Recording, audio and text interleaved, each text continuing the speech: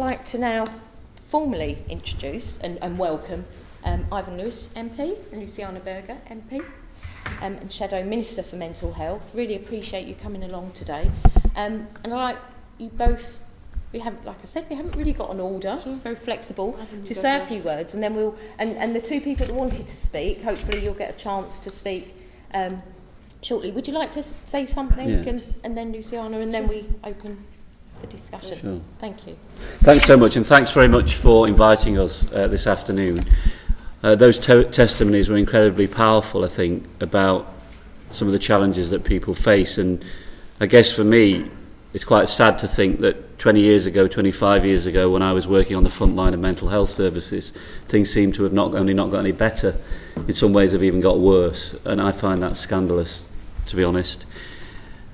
I just want to say a few words, and then the main reason that Luciana and I are here today is to talk to people, listen to people, and have a two-way conversation. You don't want long political speeches, so I'm just going to say a very small amount of things, and then I want to listen. I'm sure Luciana does too.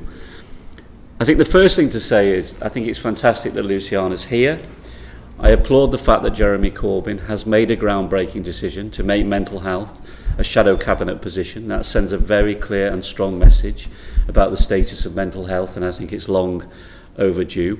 And I hope it also demonstrates to you how seriously the Labour Party takes mental health as one of the great public policy challenges of our age. A couple of people specifically asked to be here with me today, so I want to thank them as well, and that's Joanne Harding, who leads on these issues for Trafford Council, and she particularly asked to come so she could hear the voice of users, so it's great that she came, and Martin Rathelder from the Socialist Health Association as well, because obviously it's very, very important that they understand from a user perspective the realities on the ground in terms of what people are experiencing. For those of you who don't know me, a bit about my background. So I set up a charity in North Manchester supporting people with mental health problems and people with learning disabilities about 30 years ago to deal with the issue of isolation and loneliness. So it's very much about giving people social and leisure opportunities and recognising that that is incredibly important to people's quality of life. I then went to run a larger charity, a Jewish charity in Manchester, and set up a drop-in centre, a mental health drop-in centre at the time.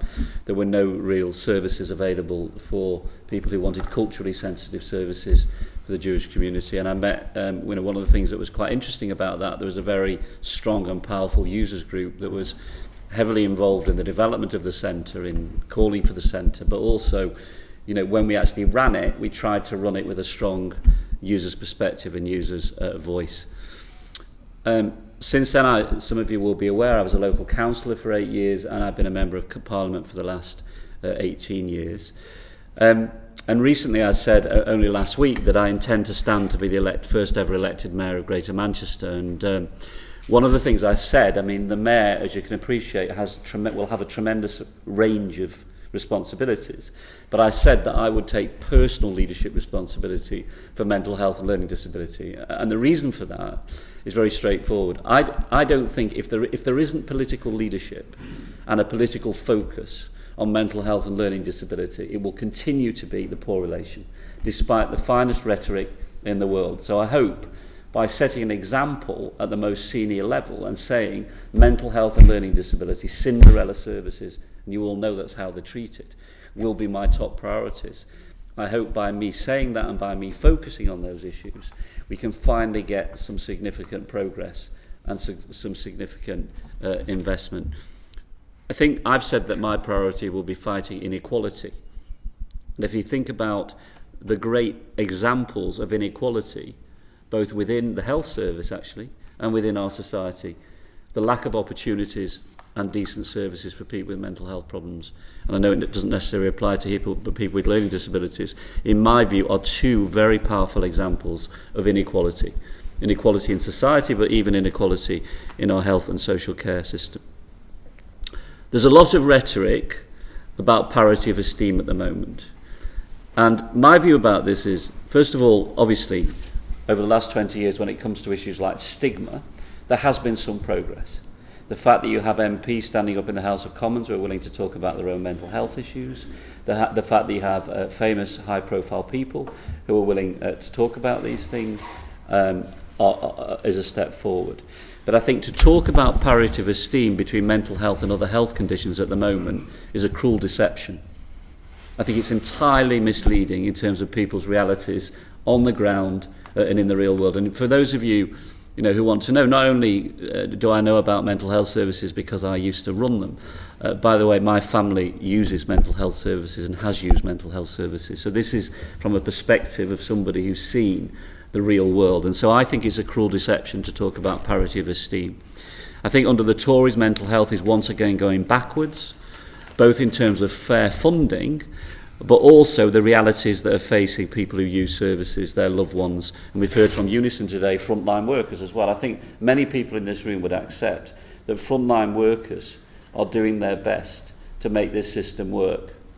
But it's incredibly difficult what they're being asked to do on ever-shrinking resources, whilst at the same time, the public's being told we're moving towards paritative esteem. Imagine the pressure that puts on frontline workers in terms of the anger that people feel, in terms of the gap between rhetoric and reality.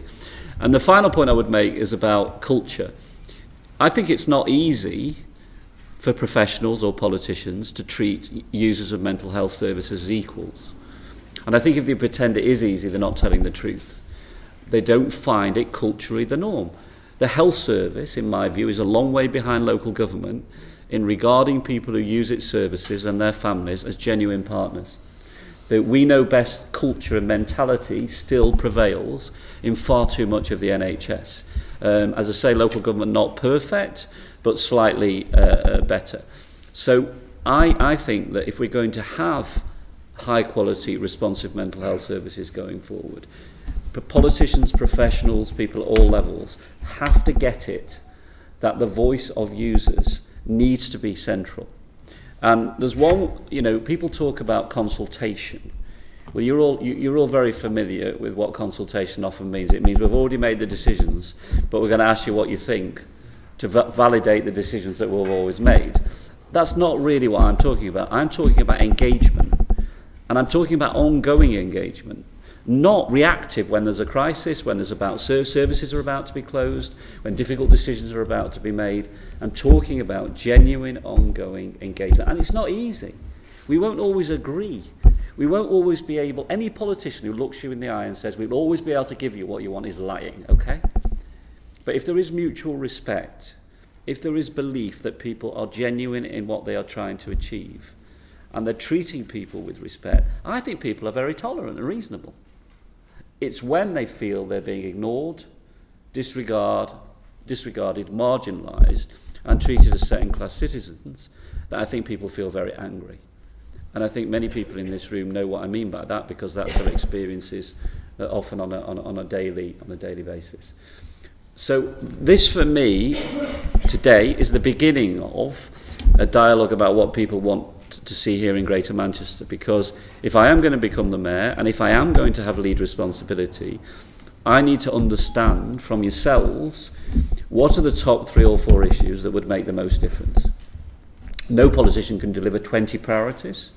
What would be the top 3 or 4 things that would make the most difference in terms of people's quality of life and the nature of the service that they get? And as I say, today is just the beginning of that dialogue over the next few months, and then if I'm selected as a Labour candidate over the next 12, 18 months, it would be great if you would help me create some level of manifesto which said, if you're elected the Mayor of Greater Manchester, these are the top 3 things or 4 things you're going to do to improve mental health. And then you can hold me to account, by the way, for those commitments, rather than just say, oh, well, he said nice things, but when it came to actually doing the job and trying to make a difference, nothing really very much happened.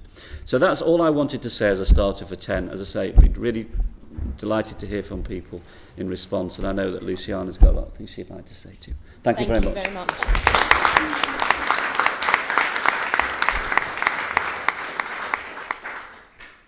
Well, thank you so much for the invitation to join you. Ivan asked me to join you. It's great to also see the Socialist Health Association represented in the room. I can see a number of faces of people that I've already had the pleasure to meet already. Now, I've been in Manchester for the day today, so I've visited 42nd Street earlier today, and I've just had a meeting before this one with the Asylum Collective, and I'm endeavouring in my new post to make sure that I'm getting out across the country as much as I possibly can. It was great to hear the contribution from Ivan.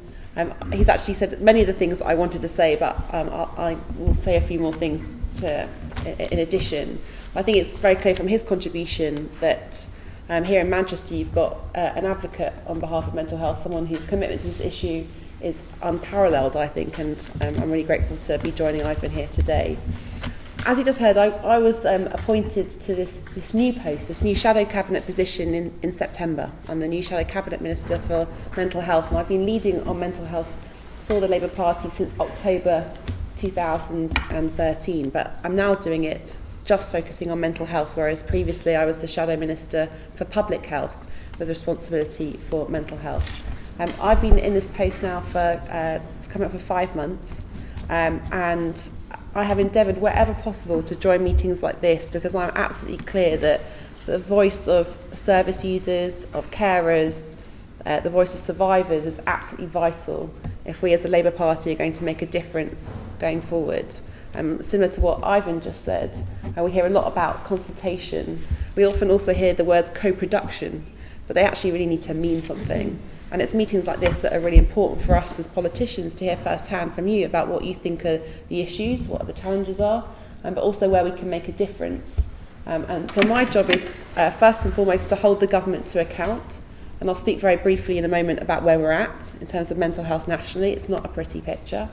But it's also my job to think very differently about how the Labour Party would do things come if we're working towards being elected in 2020, and I'm working with lots of different partners within the Labour Party and beyond. We're going to have a very specific policy commission. One of the 8 policy commission strands for the 2020 election is going to be on mental health. I think that's really exciting for the Labour Party. I think it's really important, and there'll be an opportunity for every single person in this room to contribute to that, to actually put forward a manifesto which addresses so many challenges that I know many of you in this room face, and think actually about how we can change the focus. Because I believe that we've got a system at the moment which is focused on crisis. And we have a mental health system which is in crisis, largely because it focuses on crisis. And also because of all the things that have happened over the course of the past 5 years, all those support services, all of what I call the glue in our communities, has largely been stripped out. And whether that's over 700 children's centres that no longer exist across our country, whether it's the youth services that we know make such a difference to young people. And I heard only this morning from 42nd Street about how, for many young people, youth services are the first port of call that they go to if they were in mental distress.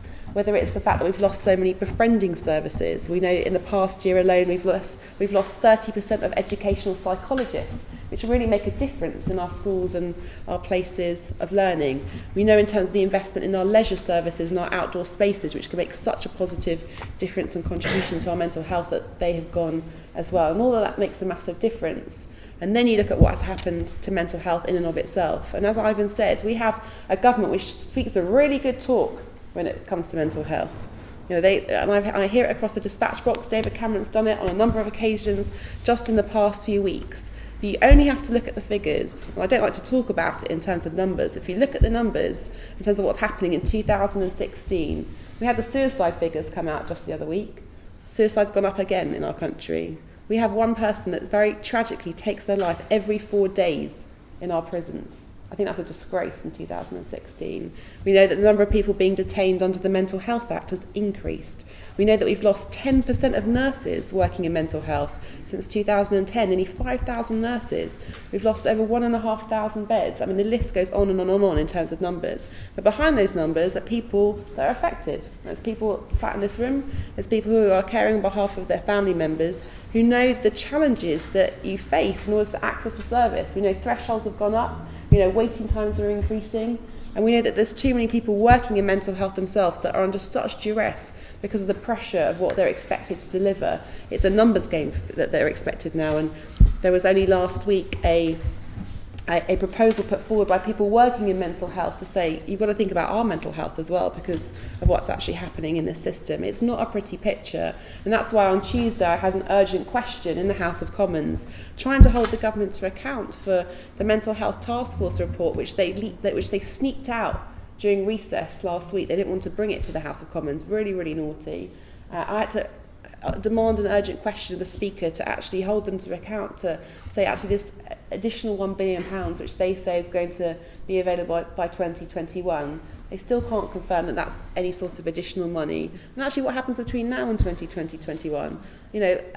All of these different things are really in a terrible state of affairs. So my job is to hold the government to account, and I do that by using real case examples of in terms of what's actually happening on the ground right across the country. And people write to me every single day, and again, I know many people in this room have shared with me your own experiences of what's happening locally, and I know you've got many challenges locally in terms of your mental health services. But I'm also endeavouring to not just think about mental health in terms of mental health services themselves. I'm clear that we don't solve the challenges of our nation's mental health from the Department of Health. And at the moment, that's the only place where they're thinking about it. But it's actually what happens in our communities, it's what happens in our places of learning, in our schools, in our colleges, in our universities. It's what we could be doing in our places of work with employers. And actually, it's what every other government department does. So just yesterday, Ivan and I were voting to challenge the government's cut to ESA. They want to cut ESA by £30 a week, and somehow that's going to incentivise someone with a mental health condition to get back into work. There's no evidence for it, and it's an absolute disgrace. And actually every government department has a responsibility to think about how their policies are going to impact on our nation's mental health, because I think this is something that we all need to work on together. So I am working with colleagues like Lucy Powell, who's one of your local MPs here, on education and thinking about what we might be doing differently in our schools. I'm working with our colleagues in the Shadow Work and Pensions team about how supported housing is absolutely crucial, and again, holding the government to account over the proposed changes to that, which will make a really serious negative difference if that goes ahead. So I'm working really hard there, working with John Healy on housing absolutely crucial. And also talking about mental distress, again, government's not in the business of talking about how they might be creating mental distress, and actually how it's all the environmental factors which impact on our nation's mental health, and be that isolation, or be that poverty, or be that the quality of our housing, loads of different issues. So I'm doing my very best, but I can't do it by myself. I'm relying on people in this room to work with me to make that difference, to ensure that come 2020 we as a party have got something really exciting to offer, which shifts that paradigm and thinks about mental health very, very differently. I really hope that you will join us in contributing to that, because it will be a very open process.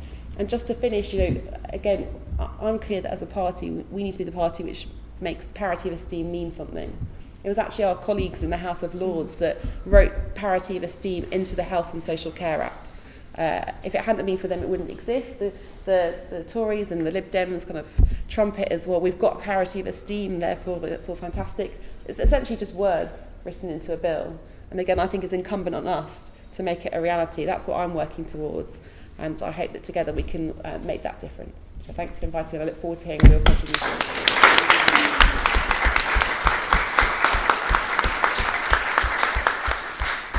Thank you very much. Thank you, Luciana. Thank you, Ivan.